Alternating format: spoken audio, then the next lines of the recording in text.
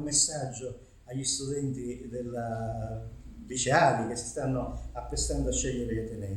È successo un grosso problema all'Università di Catania. La magistratura farà chiarezza e sapremo se e in che misura ci sono stati degli illeciti. Però ricordatevi che questo è uno degli atenei più antichi del mondo, è stato fondato nel 1434, ha avuto momenti in cui è andato male, momenti in cui è andato bene. Bisogna ragionare sui fatti. I laureati dell'Università di Catania, anche se purtroppo vanno via, ma questo non dipende dall'università, dipende dall'economia della nostra regione, trovano delle collocazioni straordinarie all'estero.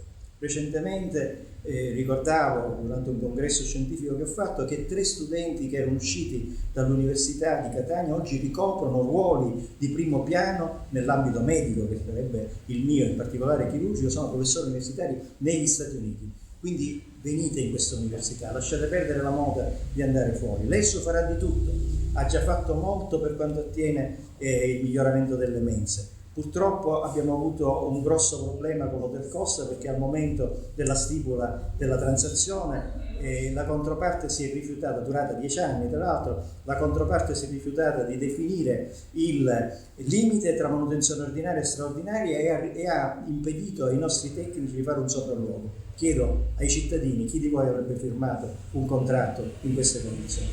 Per ultimo chiedo a chiunque avesse degli immobili antisismici, che ne sono vincolati dopo i fatti dell'Aquila all'antisismica ovviamente, e da locare all'ESSO, chi l'avesse si faccia avanti, che siano però strategici, quindi vicino alle sedi universitarie.